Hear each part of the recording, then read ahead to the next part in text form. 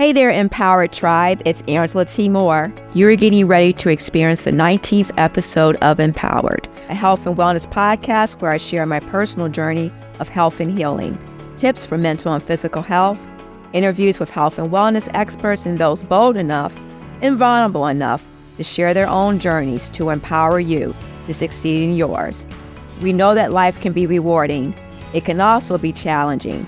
It has its ups and downs, highs and lows. I learned that with a strong mind and a fit body, you are better able to grow through and grow from whatever life throws your way. My goal is to share journeys of health and wellness, as well as tips and information from extraordinary people all around the world to help you live an empowered life. My guest, Phoebe Baker, is a fashion designer, businesswoman, and transformational coach.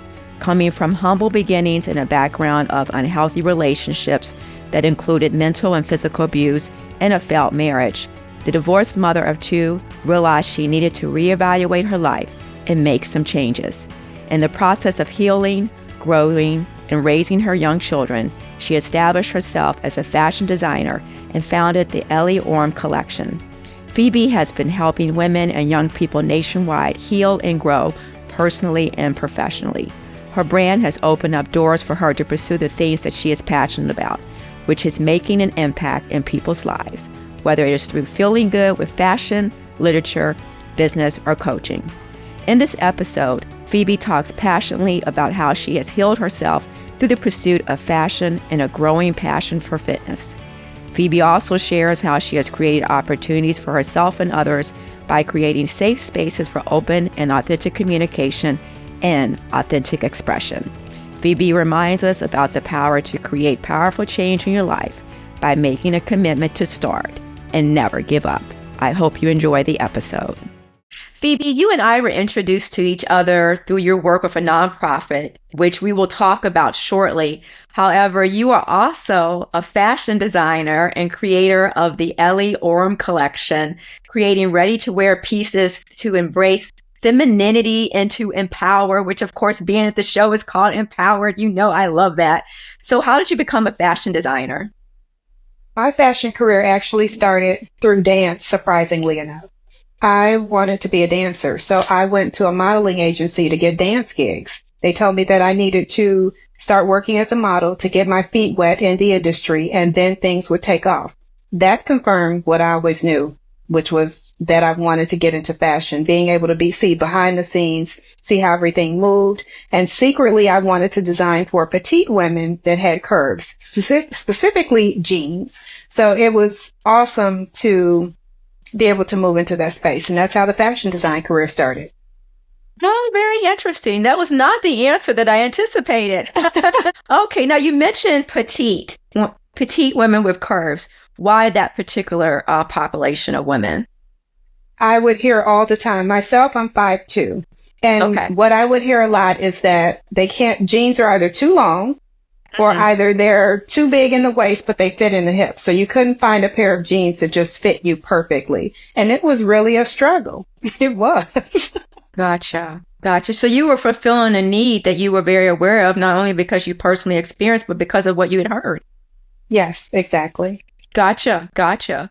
Now, what's really interesting that there are many mothers that I know have dreams and aspirations to, to gift their talents. And one of the things that I have said over and over again is I feel like if you're not able to do the thing that you were purposed and created to do, there will be this longing, this discontentment, this something that you know has not been fulfilled, like something empty in you. And I feel like many women, especially mothers, find themselves in that position. And they want to take the step to become a fashion designer, to open a business, to do something that they believe that they were created and purposed to do, but they're reluctant because of their responsibilities as a mother, perhaps as a wife. And I know that you have a very interesting story because you didn't let anything stop you. So you were a divorced mother of two that worked in corporate America. concurrently while building your fashion business. So what advice do you have for women like yourself, or that mother that's sitting at home saying, I don't think I could do it, but I really know in my heart and soul that I want to? Number one, number one, you have to be determined. Number two, you have to be ready to sacrifice. Number three, you're going to have to find the balance. But I always say that if you can give 40 hours to someone else's dream, you can find 12 to 24 hours a week to commit to your own. I love that. I love that. Because it's funny, we will do that, right? We will work, we will go to a business, and we will be a model employee. And you're right. You're giving your time, your talent, your effort, your energy to someone else's dream. Yes. For me, it was staying up late after I put the kids to bed, doing research, taking extra time on the weekends. But a lot of it was just staying up late. Once I had that quiet time, that was my time, and that was my research time. That was my work time. I just had to make it happen. Fashion and dance are a part of the fabrics of who I am. So when you feel it, like you said, that longing, that urge, it doesn't go away. So for me, once the kids went to bed, okay, let me see how I can take a sewing class. Let me see how I can learn about manufacturing. Let me see how I can connect with some people in the fashion industry. I love it. I love it. It takes me back. It makes me think about when I decided to go to school for my first master's. And I literally would have to study once the kids went to sleep. And I remember, and let me just say, my husband was very supportive, but he worked. He had a very busy schedule, and he had a lot of demands on him. And I remember literally going into the closet and turning the light on and studying on the floor. Yeah, in the middle of the night. And I remember getting up very early in the morning to do that. And you're right, you just have to make it happen. You have to make it work. You do. And it's amazing, as mothers and as women, we do what we have to do. Where there's a will, there's a way. So that same determination that we have to push for our children, we have to find a push for ourselves. Most definitely. Most definitely. Now, as I mentioned at the beginning of today's interview, you and I were introduced through your nonprofit work. Why did you get into the nonprofit space? Because I'm a giver. I have a servant's heart, and I come from a church background, and you're taught to serve. I do have a heart for women. I will say that. And it was easy for me to want to help, want to pay it forward. And I've been through so much, good, bad, and indifferent, that you learn from that. So if you can help someone prevent or give them advice or insight to help them do better, be better, that's what I'm all about. And the nonprofit was an easy way to allow me to do that. Yeah, it's interesting that you say that, because I do believe that, as I stated earlier, whatever you are creating purpose to do, I think if you don't do it, there's a discontentment, like a feeling of unfulfillment that happens. And I also think, though, that is the reason why God allows us to go through certain things, is because we are to use whatever methods that we discover to get through something. We are to share that with others so that they can then utilize, our methods, our procedures, our way of doing things to help them get through something similar, a very similar experience. And hopefully what we can do is then, where we may have felt alone in our experience, alone in our challenge, alone in our obstacles, we're able to not only provide somebody with the methods, the techniques, the things that we utilize to overcome a similar obstacle, but then we're also able to be of support to someone so they don't have to go through the very thing that we went through alone by themselves. Exactly. Excuse me, exactly. Yeah. That is exactly. I agree with you wholeheartedly. I always say that for those people that are afraid to step out and to do something, there are at least 7 people that are waiting on you. So while we minimize what we go through or feel like it may be something embarrassing, we're ashamed of, or we don't want to share, that's the one thing that someone else needs to hear, needs to know, that will make a world of difference in their life. Mm-hmm. Yeah. And it's interesting that you use the word embarrassed by it. Because don't you think that that's often the thing that I think hurts us, because we are embarrassed by something, so we don't share it. And then the very people that are maybe going through the exact same thing, they not only can they not benefit from us sharing the thing that we're embarrassed about, embarrassed by, but then we're also end up going through that very thing alone. I agree. An example, and that goes back to or starts with being authentic. Sorry. Mm-hmm, mm-hmm. When you have authenticity, I think that's a superpower. I think that I come from a background of don't say anything. Mm-hmm. I think many we people keep the do. family. Yes, and keep the family's business the family business, which is true. But in some instances, if you just say how you feel or what you're going through, number one, it releases you. Number two, it helps someone else. And how many times have you been somewhere, say, even if you're in a classroom and there's a question, but you're afraid to ask or you're embarrassed to ask because you don't want to seem like you don't know. And someone else goes, well, I'll just ask. And they ask the question and you're like, oh my goodness, I'm so glad that they did. So being that person, not being afraid to speak up, to share, it makes a world of difference. And I've become more authentic the past couple of years and being okay with just saying, hey, I went through this. This is what happened. It's not about protecting people in the past. It's about preventing it for people in the future. Yeah, I love that. Well, because you can't go back. We were talking about that prior to, starting the interview today. I was talking about how, like literally we make a mistake on this podcast that I'm going to keep going, because in life you can't stop. You can stop, but you can't go back. You can't undo something that just happened. And I think honestly, when you share, and I think authentically, and I'll really emphasize that word, exactly, what's going on in your life, and you share authentically how you're feeling about it, people are going to connect with that authenticity. If you're trying to act like everything's perfect and you're going to stop and do a rewind when you can, I think when it all comes down to it, what the finished product is not an authentic representation of the actual experience. It's a corrected representation of the experience. I agree. Mm-hmm. I definitely agree. And that's one thing that I share with women as well, is as you move forward, make sure that you're becoming the best version of you, not the best version of what somebody feels you should be, but you have to be authentically yourself, because a lot of times we're put in a box. Don't say this, don't do that. You're not supposed to do it this way. And it doesn't leave any room for you as the person. So finding space to be authentic, to be respectful, and to feel empowered, it's very important. Most definitely.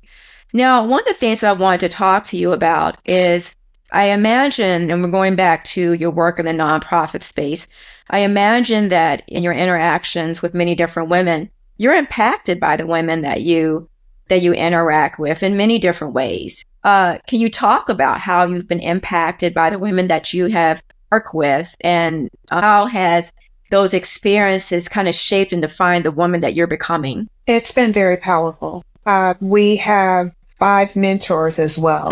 And these are people that I trust and I know, and they have something to offer. And they're women who haven't been able to share their story, but they have a lot to offer. And we brought in women who are in different phases in life. Some of them are moms starting new relationships. Some of them are pregnant. Some of them are divorced. Some of them are just trying to understand the why. So we all get into this space and we start talking, and we have a booklet that we go through. And even in the conversations, starting to open up and talk about family, like, what does family look like to you? What does that mean to you? And you'd be surprised how it differs. And there's that one person that's always quiet and doesn't want to talk. We've ensured them that it's a safe space. And once you get that safety, you get the breakthrough. So to have people just being honest, saying, hey, I really didn't even want to have kids. I'm surprised that I had kids. Or people saying, I don't understand why he left. I did everything that I could, and being able to be of support, being able to offer counseling, being able to remind them that they're beautiful and that they matter. That's how bonds are made. That's how sisterhoods are formed. And that's how strength is created. And when I tell you that we have these sessions, we go through, we learn, and there's so many people, even the mentors, are leaving like, I wish I had this class before I got married. Mm-hmm. Yeah, I wish I had this class before I was younger. Right. And when I was younger, and it's just beautiful to see the glow on the women's faces when they leave, mm-hmm. the relief, the weight that's lifted. So knowing that I'm a part of that, knowing that there's a group of women who are, I like to call them, they've been the underdogs mm-hmm. in one way or another, even as the mentors, where they've been stifled or they haven't been able to move in a certain way or speak a certain way.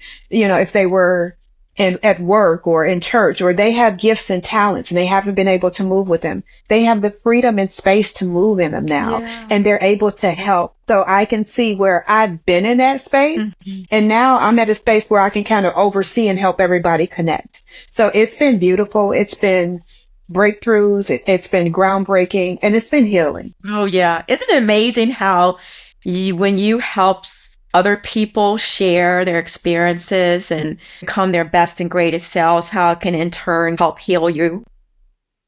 Yes. And you're never too old to learn. I'm a lifelong learner.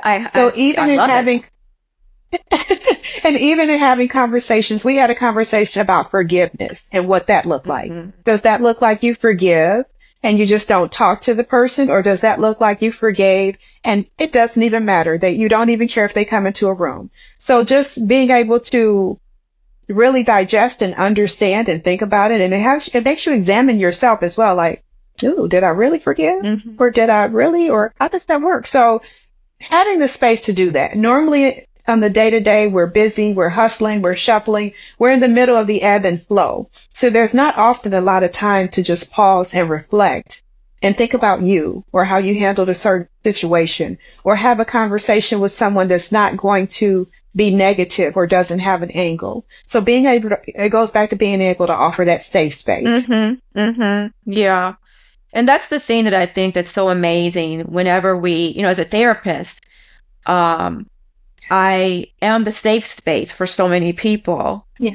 And I love that because I can remember many times in my own life where I didn't feel like I had a safe space, a safe space to live, a safe space to experience, a safe space to express myself, and to be able to provide that to people. And, individually as well as in a group. And the benefit of a group, as you mentioned, the sisterhood that develops when you have women that are sharing, their hopes, their dreams, their aspirations, their challenges, their obstacles, their fears together. It creates a space where I think women, where they maybe have not been able to evolve and become that beautiful butterfly that they've been waiting to become, I think that they're able to. And I think not only are they able to, then they're able to freely, expand their wings and start to fly. And that's the beauty of the work that you do and the work that of so many of the nonprofits I've had the opportunity to interview, and the whole work that I would say, and the work that I hope that I do for the many people that, I'm so blessed to support. I definitely agree. And on the other side of that, it's empowering. After you leave, I have mentors calling me like, I can't make it tonight. And I told someone I have to mentor. So they're holding it to heart. It's adding value to them. It's helping them to know that they matter. They have a voice, and they're not just someone's wife. They're not just a mom. They're not just a teacher. They matter. They have a voice, and they're adding value to other lives in different ways. Mm-hmm. So I definitely agree in that. I feel like what you do as far as being a therapist, it's a superpower, and I thank you for that and for everything that you do, because you do make it a safe space. Even in your whole personality and aura is just superpower safe. Thank you. I appreciate it. You're welcome. I really do appreciate that. That is my hope. So thank you for the confirmation. I really appreciate that. Now, one of the things that is that of course, my show, well, part of my show really wants to highlight people's health and healing journeys as well as their fitness journeys. And you and I have had the opportunity to talk fitness and, exercise and our love for it. But I know that it's been quite a journey for you and for those people that I know are, and I like to say this, and it's funny because I'm going to go back. I want to make sure I highlight something. You talked about just this, just that. And I think oftentimes we get defined by whatever is our main label. Like if you are, if you work for this company, whatever that role is, or if you're, if you're a mother, you get labeled as just that.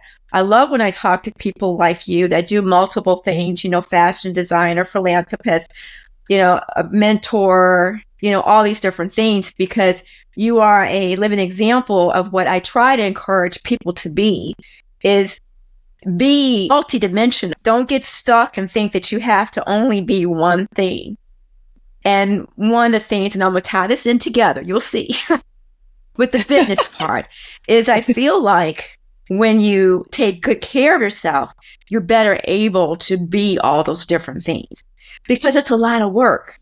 It's not easy. You got to have some strength. You got to have some stamina, and you got to have some endurance to do multiple things and to do them well, and even to do one thing, but definitely to do multiple things. And so I'll bring it all back. Can you talk about your fitness journey? Yeah. Yes, I can. Number one, it's the process. Okay. It's not something that happens overnight. There's no cheat sheet. It's an everyday goal. You learn something new every day. You're going to be challenged. You're going to be tested. You're going to be uncomfortable, but that's how growth occurs. Most definitely. So starting my fitness journey, I'm going to say it was reignited maybe 2.5 years ago. As I mentioned earlier, I'm a dancer at heart. I've been dancing since I was a child. I danced in school. I've done everything in dance. I've been the dance mom. I've been the dance director at church. Dance is hugely a part of the fabric of who I am. I incorporated into my fashion shows. So I got to a place where I kind of lost myself. So again, I can relate to women, mothers, and everyone, because you get it. Life has a way of lifing, and you'll forget your loves, your passions, and things like that. So I was reintroduced to fitness a couple of years ago, through my fiance, and it started out, to be honest, he goes to the gym every day, and I was going to hang out and keep up, and I'm friendly competitive.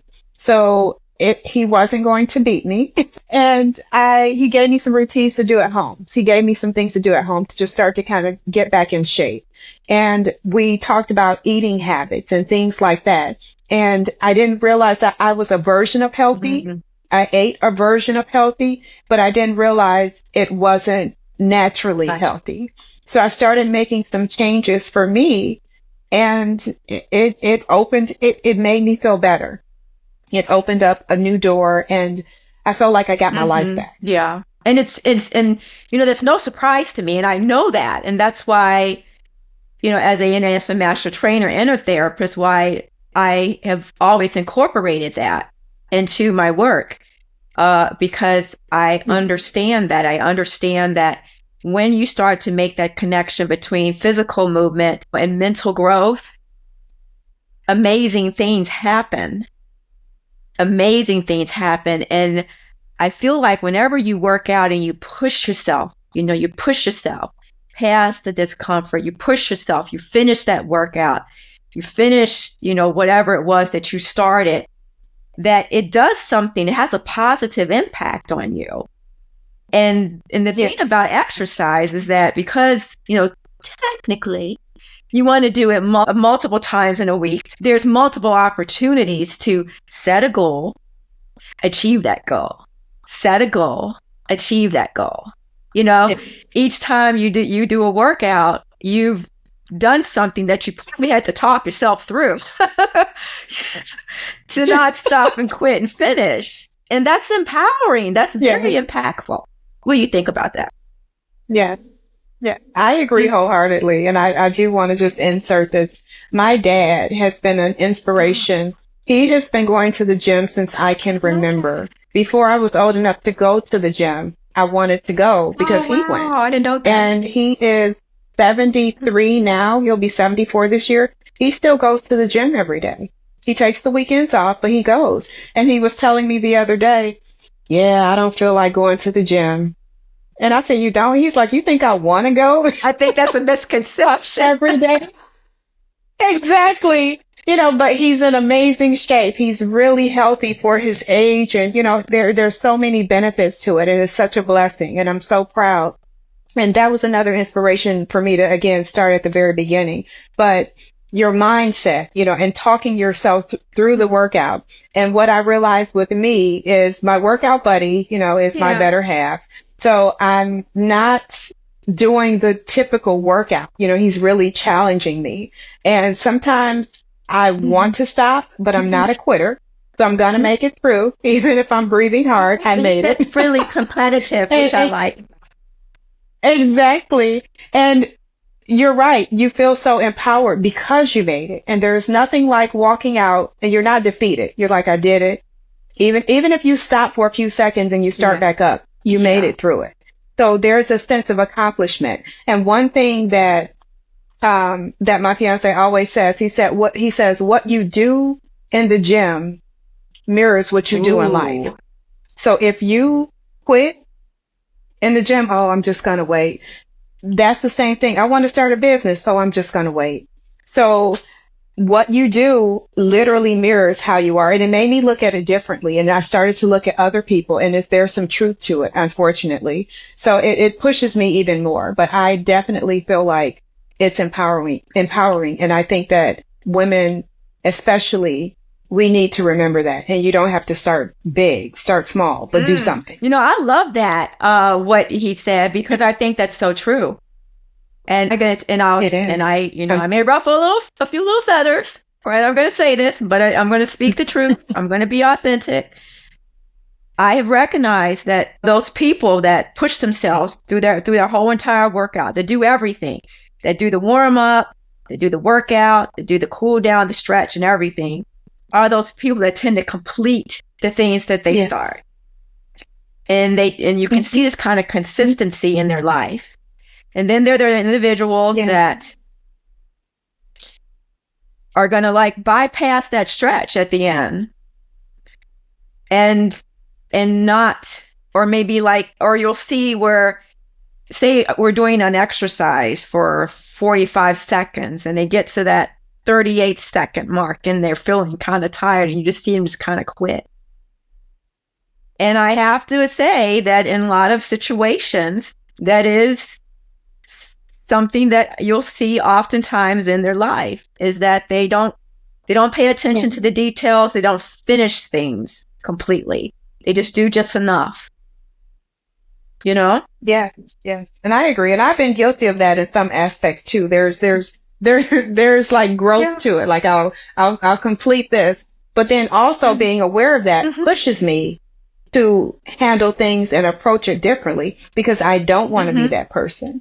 And what my gym discipline taught me about life is that there were some inconsistencies that I needed to work on. Some things I'll go straight through it. So for me, that's the workout that I like. Ooh, I'm excited. I love the Smith machine. I don't know why, but I'm like, okay, let me just do this. I can go through. I'm so excited. And then some days I'm like, this is boring, but it's up to me to make it something different. So that goes back to not stopping. Okay, if you don't like it, do something about it, change it, but you don't stop. So I can relate to both sides of it. And for me, I never wanted to work with a trainer years ago because I didn't want anybody yelling at me and telling me what to do. And I realized it's not actually like that, but I definitely agree that you have to start. And when he brought it to my attention, I started looking at people's lifestyles. I started looking at what they do and how they move. And it's very similar. And the people who are successful, even if you look at motivational speakers, they're up at 6 a.m. They go to the gym. They do all these things. So there is some truth and some consistency to it. Well, it's interesting because I feel like if you're not healthy, you really can't be successful. Oh wow. That's good. That's good. And that's very true.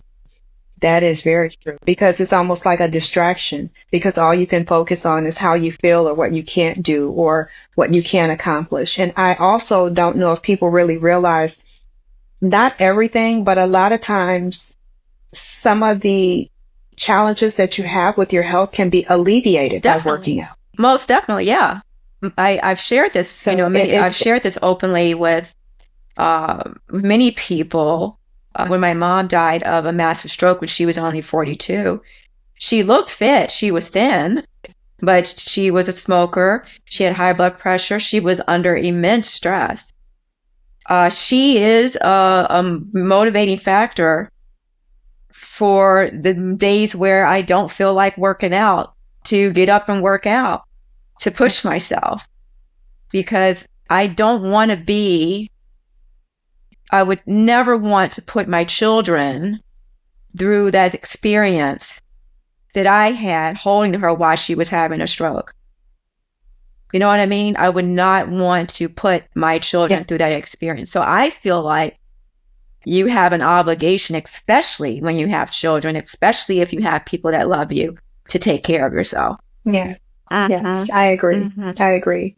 And as you and I have talked about, being healthy, physical fitness, food plays a huge role in that, and knowing what to eat and how to eat. And that's one of the conversations that I've had with you, because that's a piece that I'm more interested in tapping into. Like, I feel like I eat healthy, but I know I don't eat as much protein as I should. You know, there are certain things that come into play, but you have to start somewhere. And I'll share this. My journey into health and fitness that started a couple of years ago.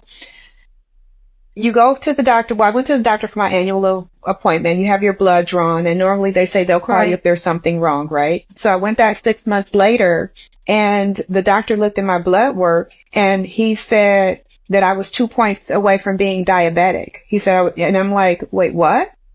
So it was really, he said, well, we're going to draw more blood and you can come back next week. But my thought process changed. I found myself reading all of the labels and looking at things different and researching what it meant to be a diabetic or pre-diabetic, and how this would impact my life and how much it would change everything.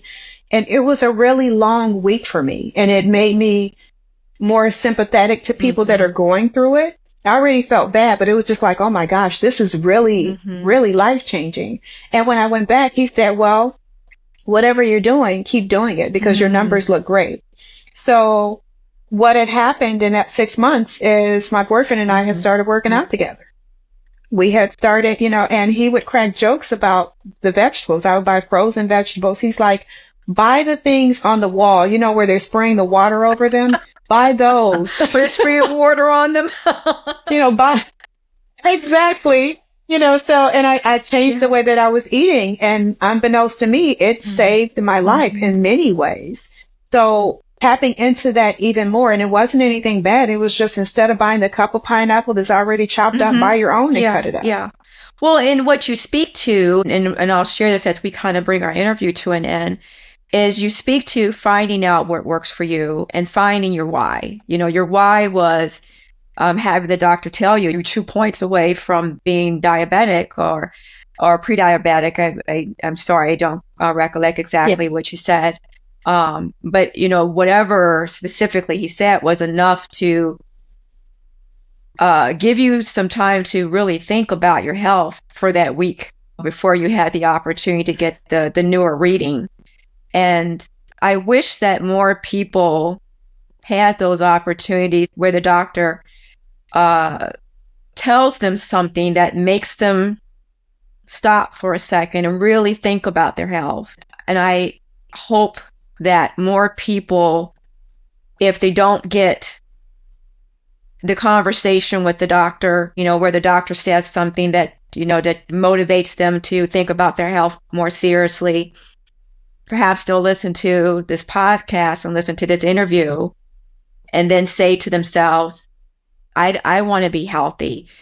Hearing Phoebe talk about her health has made me want to be healthy. And I want to start today, because as you mentioned, you have to start. And once you start, you don't have to be perfect. Yes. You don't have to. You may be eating a cut up pineapple and then realize maybe I should buy the pineapple. You may be getting the frozen vegetables instead of the ones that get watered. But when you just start thinking more health consciously, then you tend to then move in that direction towards being more healthy. And that's what I hope to accomplish with the show. So as we kind of bring the show to an end, any final words that you would like to share with someone that's going to say, I want to be like Phoebe? I would say, number one, try to be the best version of you. I would say, be authentic. It's okay to be you. It's okay. I think we get such a bad rap with, you have to be something or someone else. It's okay to be you as long as it is the best version of you. Set boundaries. It's okay. And remember, a lot of times it's inspiration or desperation. So you want to be inspired to do something versus being desperate to do something or being forced to do something for medical reasons or anything else. So but it goes back to be the best version of you, and everything else. I love it. That's a perfect ending. Well, thank you so much, Phoebe, for taking time out of your very busy day, because we talked earlier, and I know you have a busy day ahead of you. I just really appreciate you sharing your purpose and your passion with me and those that are going to be listening to the podcast. I wish you so much success and so many blessings in your life, that it's just overflowing so that you can just, share with other people, which I know you love to do. So thank you so much for granting me the opportunity to interview you today. Truly an honor for me. Thank you for taking the time out. And I just want everyone to continue to learn from you, continue to glean from you, and you to continue to shine and be the beautiful and amazing person that you are. Thank you so much. Thank you. Thanks for listening to Empower It with Angela T. Moore. Feel free to share this episode with someone you think would enjoy it. New episodes come out weekly. Follow our show on Apple, Spotify, YouTube, or wherever you're listening right now.